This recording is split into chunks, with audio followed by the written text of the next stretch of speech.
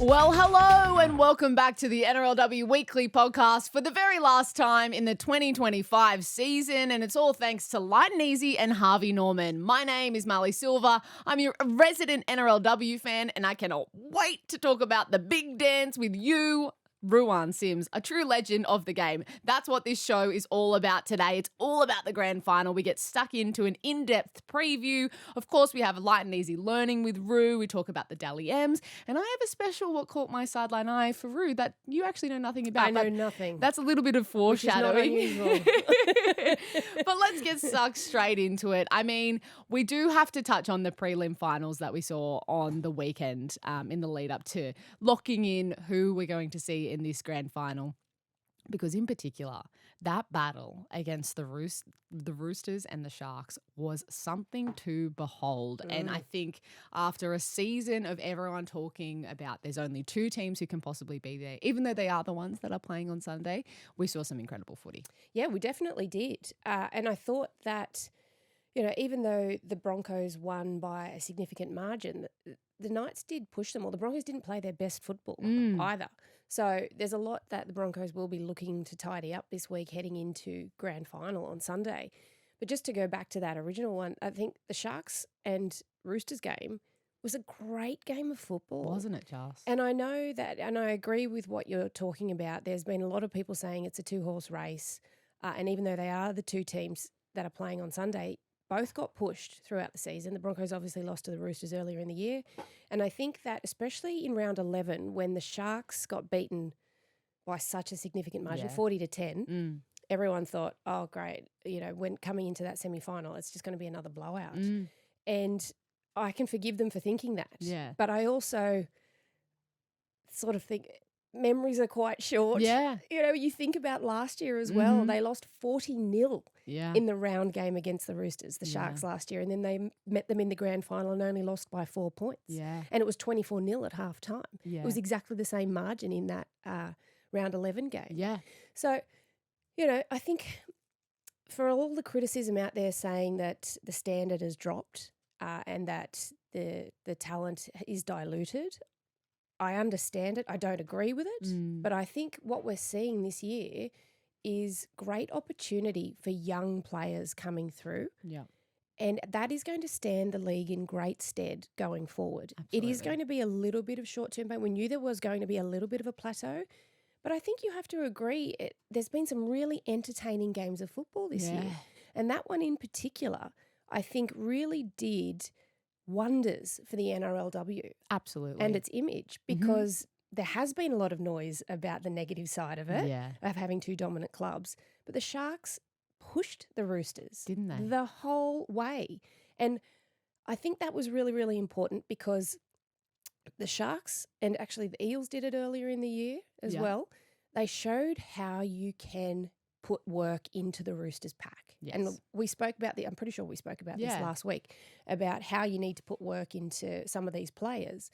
And they're just so good that they managed to, they still stand up. Yeah. And yet, like, they're that good. Yeah. And Olivia Koenig was amazing. Oh my gosh. Like, my goodness, they put so much work into her. And I watched her with the trainer a couple of times and she was gassed. Yeah. And then she still got back in there, scored that try just before half time, you know, got the ball knocked out earlier as well. And she just kept turning up, even though they just kept putting more and more work into her. And I sort of felt that the Sharks kind of went away from what was working for them a little bit. Yeah. They obviously, it takes a lot of fitness to play that style of football consistently.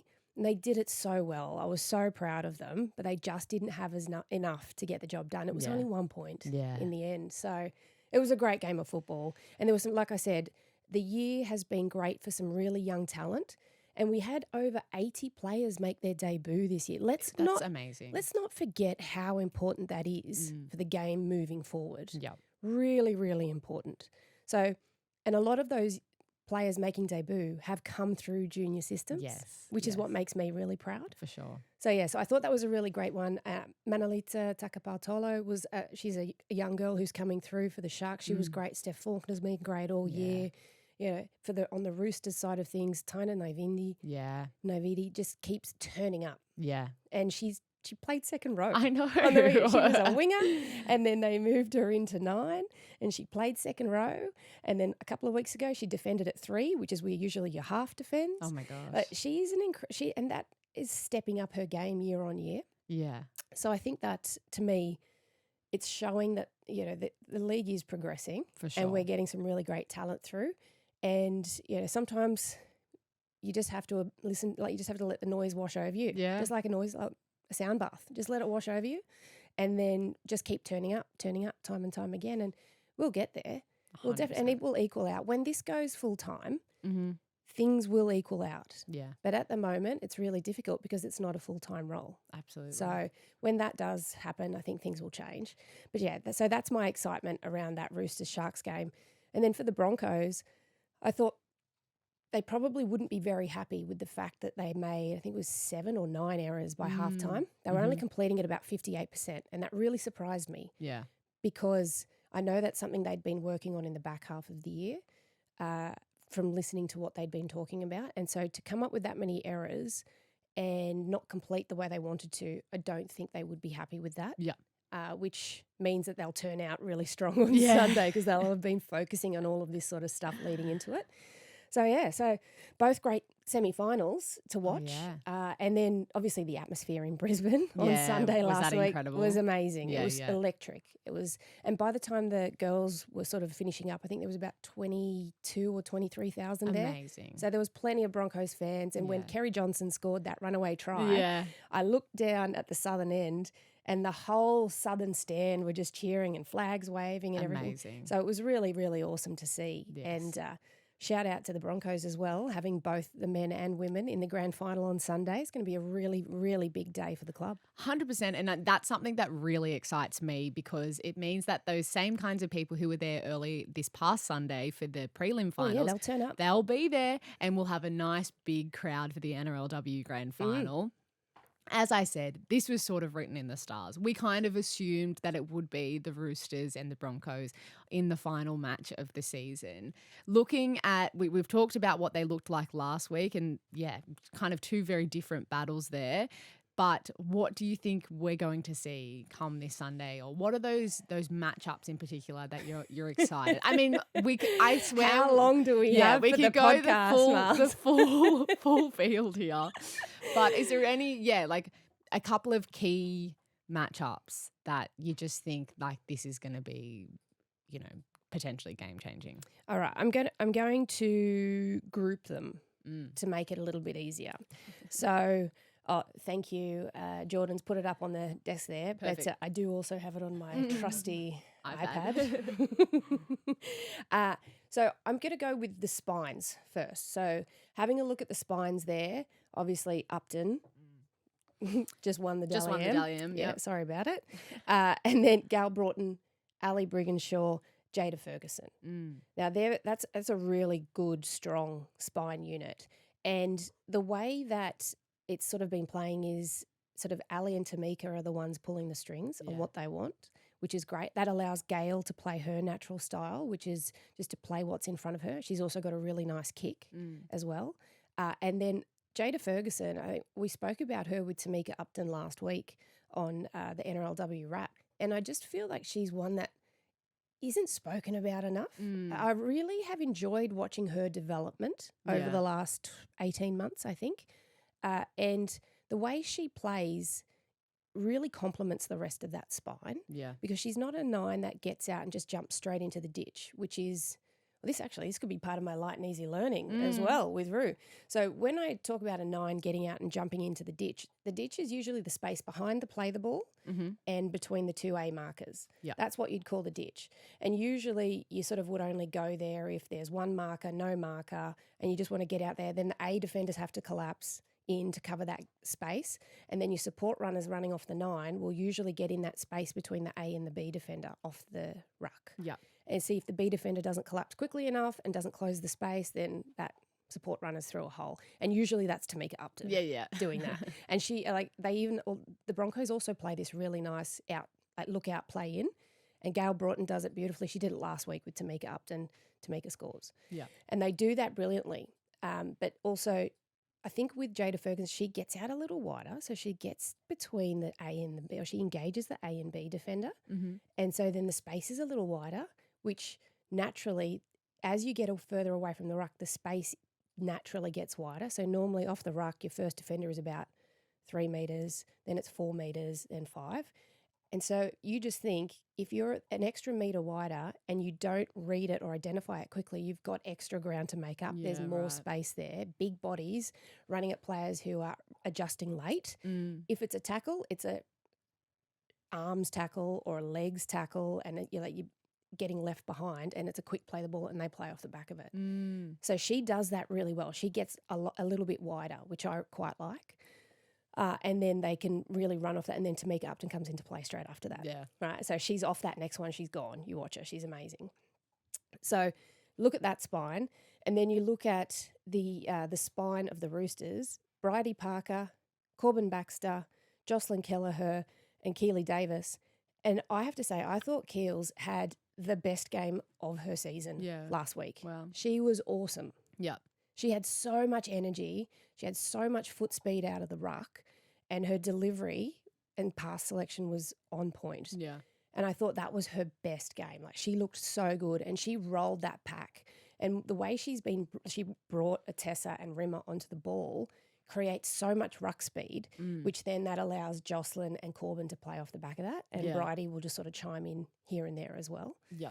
So I actually think the spine in particular, but the 2 9s, how they play, watch how they play, watch how they use their forwards, because then you look at the pack, those 2 forward packs, I can't wait. Yeah. And it is so exciting because the packs are so well balanced. Yeah. They're beautifully balanced. So they'll go up against each other and they'll just keep testing the waters, pushing the boundaries, see who's going to blink first. Yeah. And that's really exciting to me. And Brianna Clark was doing the kicking last week. Yeah. So that was as in goal kicking. Yeah. She's got an excellent boot. So if they try and tire her out, she might not have as much in the legs, but we'll see. We'll see how they go about it. And then I look to the edges. Ali Inazio is returning for the Roosters. Yeah. Big boost. Yes. Big boost. Taina Novidi did a great job. She did. Last week. But Alia, she's got a big body. Yeah. And she's mobile. And this is probably the best season I've seen out of her. She's only young too. She's only young. She's got so much more time left in the game. And seeing her and Jasmine Strange, they've been fantastic in that second row all year. All year they've been wonderful. And Lauren Dam for the Broncos, who started as an outside back. Yep. And she wasn't making the team as an OB, comes in game 1 this year, second row, has been the best in that second row position at the Broncos. Yeah. She has been awesome. Yeah, yeah. And I just think she's been playing such great football. Yeah. And her and Romy Teitzel really work hard on their edges. Really work hard. And then the other really exciting one for me is the lock battle. Yeah. See Olivia Koenig and Keely Joseph, because Liv is a freak. Yeah. In the nicest possible way. Well-known freak. Yeah. In the nicest possible way. She's a freak the way Tamika is a freak. Yes. Yeah. That she just, you know what we call that? Black magic. Yeah. That's black she's magic. got magic. Don't you worry about that. They've got such great touch. Yeah. But Liv this year has she's sort of taken a bit of a leadership role as well, which I think really suits her. Yeah. And the way she plays, she drags them with her. Like, she pulls everyone along with her. And then people see her continuing to work and continuing to, make good decisions under pressure. That's really, really important. So it's going to be another one of those that battle between the two locks of who's going to blink first. Yeah. Because Liv is so consistent. Yeah. And the margin between her best and her worst game is so small. Yeah. That's how good she is. Yeah. So, and Keely Joseph will have a big battle on her hands containing her. Yeah. But Keely has been so consistent for the Broncos this year. She has. But her genuine run threat is where she is, because she's just got an engine. She'll just keep working, keep working. And she'll be put to the test this weekend, but she's up for it. Yeah. So that's the pack. That really excites me. And then the bench is going to be really interesting to see how the bench is utilised. And I think I said this on air last week. Can you imagine having such a strong squad, and this is for a Broncos fan, that you have 3 Origin players on the bench or ex or current Origin players on your bench. That's crazy. That's how strong this Broncos outfit is. So Destiny Brill, Chelsea Lenarduzzi, Shanae Sizolka, and for me, a real standout this year, Shalom Suase. Yeah. She's been incredible. And then you have a look over. So obviously Destiny will come on in that 9 role, give Jada a little bit of a break when she needs it. Chelsea Lenarduzzi, she's got that offload ability, which is ridiculous because she can just get the arm free. Yeah. So that's always a threat. Shanae will then be able to be used if there's an issue with an outside back, or if an outside back needs a little bit of a break, she can go in there and get her job done. And then Shalom Suase, who is a genuine run threat. Like, she's a powerhouse. Yeah, an absolute powerhouse. Yeah. So that's a really, really strong bench. For sure. Really strong bench for me. And then you have a look at Roosters. Shorten Burton, she'll be in that 9 role as well, and she's zippy and she's a little bit cheeky around the ruck, so you've got to be on your toes all the time. Macy Carlisle, I coached her in our Harvey Norman's team for the Sharks a few years ago, and it was great to sort of see her get an opportunity with the Roosters. And actually, I don't know, did I tell you the story about her with the Roosters? No. Oh, so obviously working with Strangey at Origin, and he gave me a buzz one day, and he just sort of said, "Oh, look, looking at another forward, what do you think of Macy?" And I'm like, "Oh, she's a great girl, good attitude. She'll just keep working, like she just loves to work." Yeah. He's like, "Oh, okay, I'll give her a trial. I'll see how she goes." Anyway, she goes to training, and I was chatting with Strangey during Origin, and it was getting to the cut-off time for where you got to put your squads in. Yeah. And he's like, "Oh, you'll enjoy this." Having a chat with Macy, and sort of said, "Okay, well, we've got to do the Bronco test, which is the 1.2K time trial.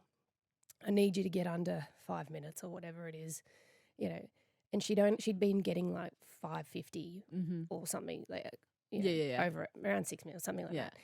And he said, if you don't get under this time, I can't even remember the actual time, but whatever it was, if you don't get under 5 minutes, which I don't think it'd be that, but anyway, if you don't get under it, I can't sign you. Yeah. Anyway, he said she went out and ran it so hard, and she made it in under that time. Wow.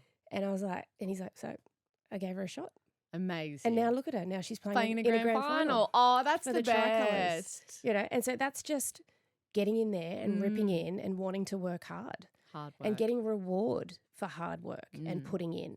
And so I think that's just completely aside. But yeah, I just think that's a really nice story. Yeah, for sure. I think it's really relevant too. Like when we watch these girls go out there on Sunday, or like every week, but on Sunday in particular, like there's so much hard work and dedication that goes into it. Again, for women who are playing this not full time, who have other jobs, and they're just, trying their guts out there, training so hard. So it's an incredible reward to see them there. Yeah. So she gets a shot. And Mia Wood, she's another very similar to Shanae, where she can play in your outside backs if there's any issues.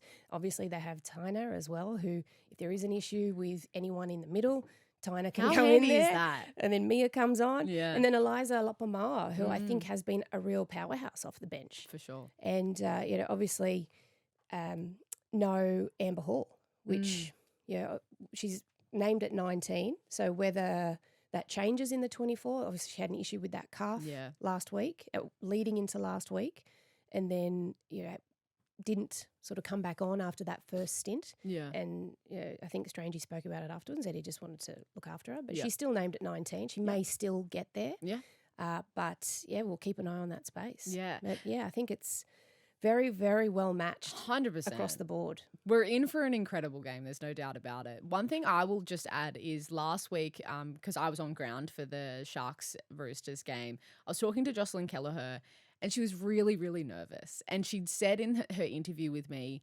I'm going to channel my inner Taryn Aiken. And after we'd stopped recording, myself, Alex Phillips, their media manager, a few other people from the Roosters were like, you don't need to try and be Taryn. You be Jocelyn, right? Because Taryn's Taryn, you're Jocelyn, you'll be amazing, whatever. And I think that in the opening minutes, you could see there was that nerves there, or she was worried about not being able to kind of reach some sort of expectation she'd put in her own mind. And I think the fact that she kicked the winning field goal, and she did such a great job, and her and Corbin has been out for a number of weeks with that Yep. injury and stuff. But that's all to say I'm excited because I really hope that's given her a boost of confidence and she is going to be able to walk out there and know that she's in control of the game. Yeah, and the thing is, I see her as a 7. To me, she is a 7 because of the control and the way she kicks and her ability to kick. And look, I know everyone's going to just focus straight on that field goal, and it was awesome. Yeah, and yeah, I yeah. loved seeing her reaction after the game, Yeah. talking to you, saying that was the best kick of my Yeah. life. I loved seeing that. Yeah. But I'll tell you what was more important to me was the 30-10 Yeah, that she yeah. kicked. And I'm saying it as a 30-10. Because that's what it was. Because that's what it was. But that was more important For sure. because it swung, you could see the energy that it gave the Roosters. So to see her kick that after miskicking the kickoff at the start of the game, Yep.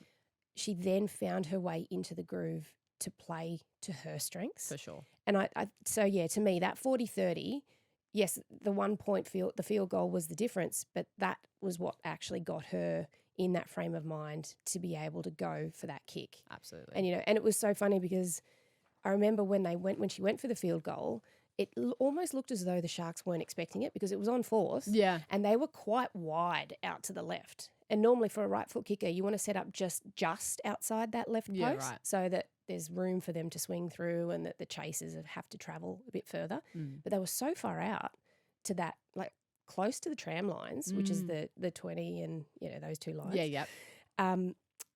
That I think the Sharks were a little bit caught unawares and it was on the fourth. Yeah. Because they're like, oh, it's so wide, like she might not be, but she just Straight. and I loved Cool seeing as. her reaction Yeah, afterwards. so I thought it good. was so good. Yeah, it was a really great. I'm to so see. excited for this game. Oh, my goodness. You are listening to the NRLW Weekly podcast. All thanks to Lite N and Harvey Norman. We'll be right back after this break. Welcome back to the NRLW Weekly podcast with me, Marlee Silva, you, Ruan Sims. Thanks to Lite N and Harvey Norman. It is now time for Light and Easy Learning with you, Ru. You already gave us a little bit with talking about the ditch there and the role that the Nines are going to play this weekend. But this segment is all thanks to Light and Easy. Train hard, eat smart, fuel up with Light and Easy's delicious, ready-to-eat meals, the choice of elite athletes and busy fans alike. Today in this segment, we want to talk about Rugby League's Night of Nights. The Dally M's. The Dally M's. And Tamika Upton making history, becoming the first NRLW player to win 2 Dally M's. Yeah. What a freak. Yeah, absolutely. And I had her as one of my joint winners. Yeah. Because you can just see the impact that she has on the Broncos and how she has really helped them this year step it up another level. And just the way she goes about her football. She's so smart. And I think I said this during the call, or even during NRLW Wrap, she's quick on her feet, but she's even quicker between the ears. She's so smart. Yeah. And she's you can tell that she watches a lot of football and she loves football and she plays football because of the way that she acts and reacts to what gets put in front of her. Yeah. So, yeah, she's an incredible talent. Yeah. And it's well deserved that Absolutely. she won the Dally M. I thought she was incredible for the Broncos this year. And it was also really great to see Isabel Kelly got captain of the year for the Roosters and John Strange coach of the year. And you can't look past those two because they've gone undefeated throughout the whole year. So I think that's quite fair. And then it was also really cool to see James Tedesco got captain of the year as well. Yes. And then also won the men's Dally M. So it was a pretty great night of nights for the Tricolours. And I think as well for Teddy, and I said this on the Footy Show a few weeks ago, I feel like this is the best form of his career, and it's a shame that he's not going to be available for Kangaroos because he would have been my. I know that's awesome as well. I love that too. I love that he's going to be there for his family, but he was my number one. But so I think it was such a big night. Congratulations to Tamika, first time ever that someone's won 2 Dally M in the women's, and it's been well deserved. Her teammate Julia Robinson was in second. Yes, and she got a centre of the year as well. And I think that's pretty cool. Again, that there's such a strong representation of the Roosters and the Broncos, who we're going to see on Sunday as well. Like, it makes lots of sense. Yep. One question I have is around when the Dally M Coach of the Year is sort of decided. I mean, obviously, Strangey is just so dominant and incredible, but how is that assessed? Is that just based on the performances or the things that? Yeah, they have judges who they will ask them for their opinion on it. Yeah. So there are judges, the people who judge Dally M's, they'll judge that as well. So there is a process in place that picks that. And yeah, okay. I just am interested in that because it's really obvious, the player who's having an incredible game. Yeah. But to measure the kind of, I don't know, the smarts of the coach. Yeah.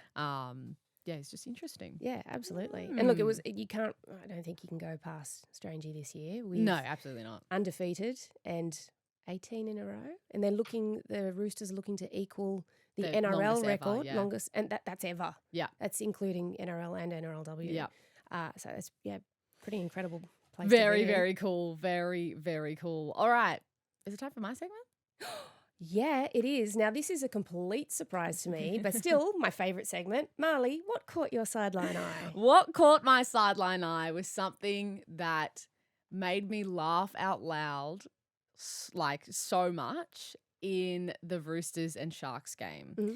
There was a moment where Shante Kiriaratu nearly scored a try, and she was just so close to the dead ball line, and in my in-ears, all I heard was Ruan Sims screaming so loud and going, go! And I don't even know if it made it to air, but I could hear it. And I was sitting beside KA, who's one of our floor managers, and both of us had tears in our eyes because I was thinking the whole way through that game, I need a pulse check on Ruan Sims because I know that you would have been so on edge, and it was such an incredible game. And when we were talking about it a bit earlier, I'm like, you're talking about it very calmly, but you wouldn't have been calm at all through that because Duck on the pond, Marlee. Duck on the pond. I heard that scream and I lost it. It was honestly, it just got me so good because I was like, yeah, that's why you're so good at what you do because you're so passionate, but far out. I was laughing. And I need a bit of a, that was the truest form of what caught my sideline eye because I was literally watching this replay to see if she keeps it in or just as in the lead up to it, and all I can hear is you losing it. And then I think when I spoke about it, I was like, nah, she's out. Legs out. You could hear devastation as well. I think there was another moment. I think when she did actually score, I think I jumped up and I tore my pants or something. He's back into the middle again. They fancy their chances there, obviously, as they keep targeting the ball back inside. Kiriaratu at speed. Oh, what a try! No! Yes! Oh, it's going to be a converted try. And Shante Kiriaratu with a solo try for the ages in the prelim. Explosive with my movements. Oh my gosh. It must be hard though, because when I've seen those clips of cameras in the comm box and stuff, and you do see you guys jump up and down, and it's really hard to kind of pull yourself away from the mic or whatever. But to be fair, I'm like that with any good football as well. Oh, I know, because I've heard you do it. Yeah, I know. I feel sorry whoever's in the studio with us and that is not actually listening to the game because all they'll hear is me yahooing and carrying on. No, because that's I just get to, I love it. I'm a mad frother. Exactly. Let's be honest. And I'm just a tragic football fan. And so that's I just love good football. I love 100%. watching good footy. And I think also for me it was seeing the development of Shante Kiriaratu since she started. Yep. And then because she wouldn't even consider running when she started with us, with the Sharks. She was very much, kicking, passing. She's actually quite a good runner of the football. And when she started really developing that, comfort with it, she had an incredible game last week, what the Sharks wanted out of her and how the Sharks play, I thought, she was fantastic. It honestly just made me really happy. Yeah. It made me really happy. I just thought it was the best ever. So I had to share that as my last sideline eye for this year. I sometimes surprise myself that I can calm down quickly enough to actually be calm when I talk because Do you wear an Apple Watch or something? Because I want to see those spikes in your heart rate. I should. Yeah. I should actually. I should charge it. That's Yeah. actually probably what I should do first. I'll charge it. Oh, thank you for bringing the entertainment on and off the mic, Roo. All right, let's get into your listener questions. Bonus gift cards with selected TVs, fridges, and more now at Harvey Norman. This first question comes from Brett, and I have to say, big shout out to all the questions this year. They've been very, very good. We cannot wait to be hanging out with you again next year. Brett asked, hey, Roo and Marlee, looking at the NRLW Dally M Team of the Year, all are very deserving, but was there a player who didn't make the cut that you believe was the most deserving snub of the night? Love the podcast. Oh, I don't That's know about hard, snub. yeah. I don't know about snub, but I was surprised not to see Rimmer Butler up there because I think she had an incredible year for the Roosters, and she has been consistently good and consistently powerful. So I was disappointed for Rimmer because I think she's been really, really good. However, so have Jess Elliston and Ellie Johnston, of course. Yeah, I'm not going to take it away from them, but we should have a bench. So Rimmer would definitely be there. Absolutely. All right, and this one from Maddie, it feels like the reoccurring story, and it's the reason we wanted to talk about this question this week is because there have been some headlines around it that are making it as if it's an official confirmation.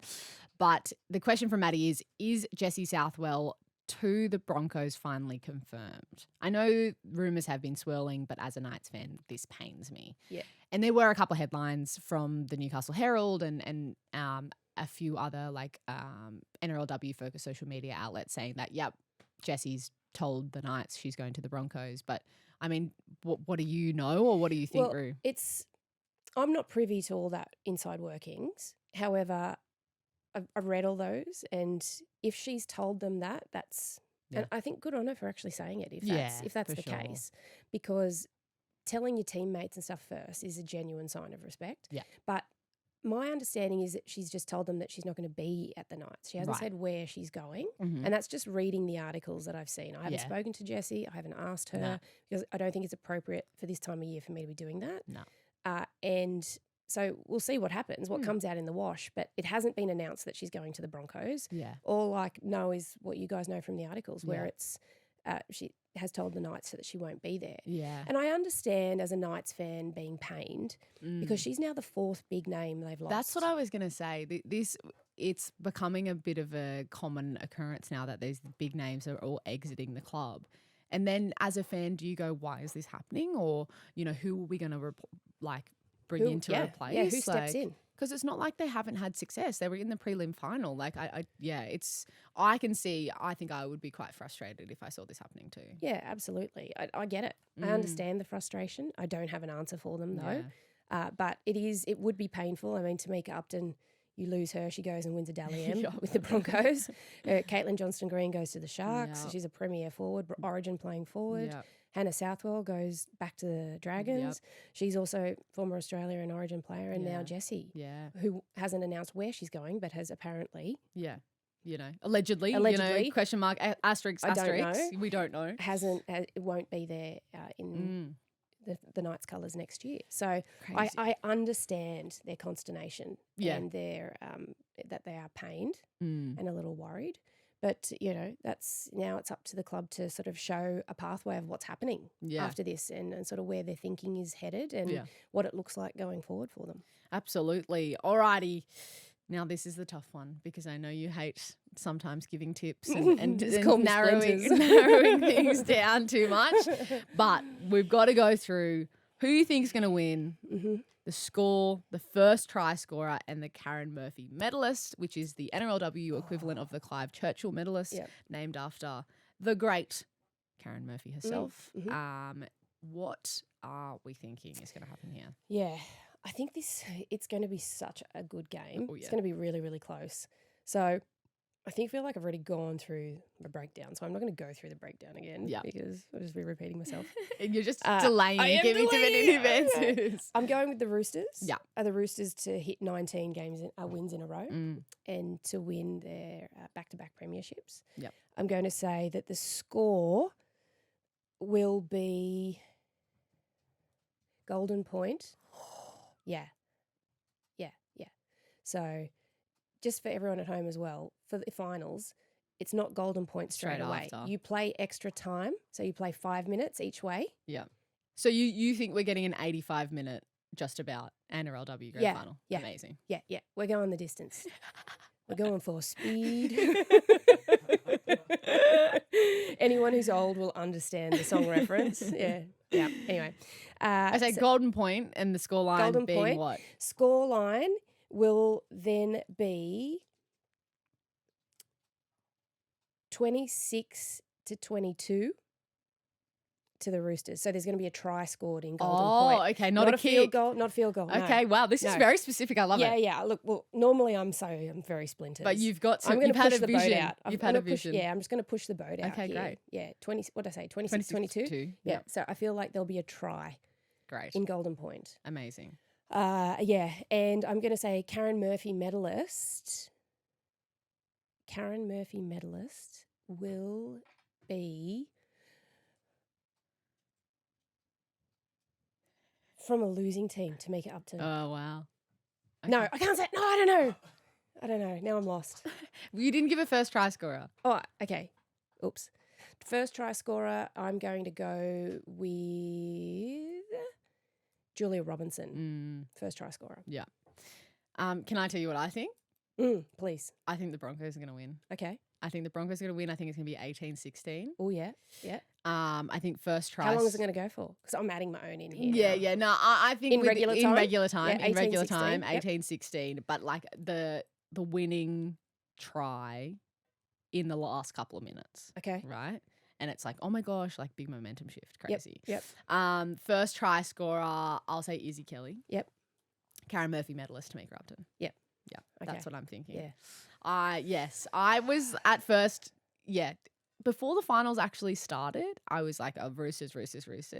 And then I think it's like a bit of fatigue in the Roosters somewhere. And I just think that the Bronx, I just think they could do it. Yeah. And I think it will be, again, it will just be good for the vibes because of all the Broncos fans that are going to be there. Yeah. That's all I care about. I just sort of think because the Roosters had that tough game last week, they'll probably really be primed for this game because they got a real trial by fire in that semi-final. Yeah. So I feel like that is, you know how people always say sometimes you need a loss, which I disagree with. I don't Yeah. agree But you with need that. it to be tested. But you need to be pushed and you need to find a way to win. And I think the Roosters, while they weren't at their best, they still found a way to win and it was an incredible game of football. Yeah. And I feel like that would have been enough of a shot in the arm for everyone to really dial in. So that's why I'm sticking with my preseason. You know far more than me, so your tip is probably more accurate, but I'm just going off vibes. I have another tip Yeah, go. as well. Potentially will probably split another pair of pants, me, this weekend, or a shirt or something with my jumping around in excitement. So that could have wardrobe on standby. that could potentially be one for your sideline eye. Great. Amazing. But you'll hear me screeching. Yes, which is in honestly your all ears. I care about. Yeah. Rue, thank you so much again for another season of wisdom. We have learnt so much with Lite N Easy Learning with Rue, and you've just given us all the things we need to know as NRLW fans, as an NRLW super fan. I love it. And it's been a great season. It's only getting better every single year. Yep, it's going to be awesome. We are in for a big one come Sunday. And you know what? Well, this should be the first thing that you do come Sunday morning. First of all, change your clocks for daylight savings if you are on the East Coast and observe that. Yeah. Also, if you have an analog clock, yeah, which is probably a really niche comment for like 5 people. Again, and showing then my age. Get up and turn your TV on Channel 9. Wall-to-wall coverage from the second you wake up until the end of the men's game. We have grand final coverage on Weekend Today, on Footy Show, on everything. It's going to be huge and you cannot miss. Yeah, can confirm it will be because I'm doing Weekend Today at 7 something in the morning. Well, so, see, you want I'll to be there all day, baby, all day. You don't want to miss it, and you do not want to miss the Roosters and the Broncos in the NRLW Grand Final. Thank you so much for listening to the NRLW Weekly podcast with Marlee Silva and Ruan Sims. This season has been all thanks to Lite N Easy and Harvey Norman. We'll catch you next time. Bye.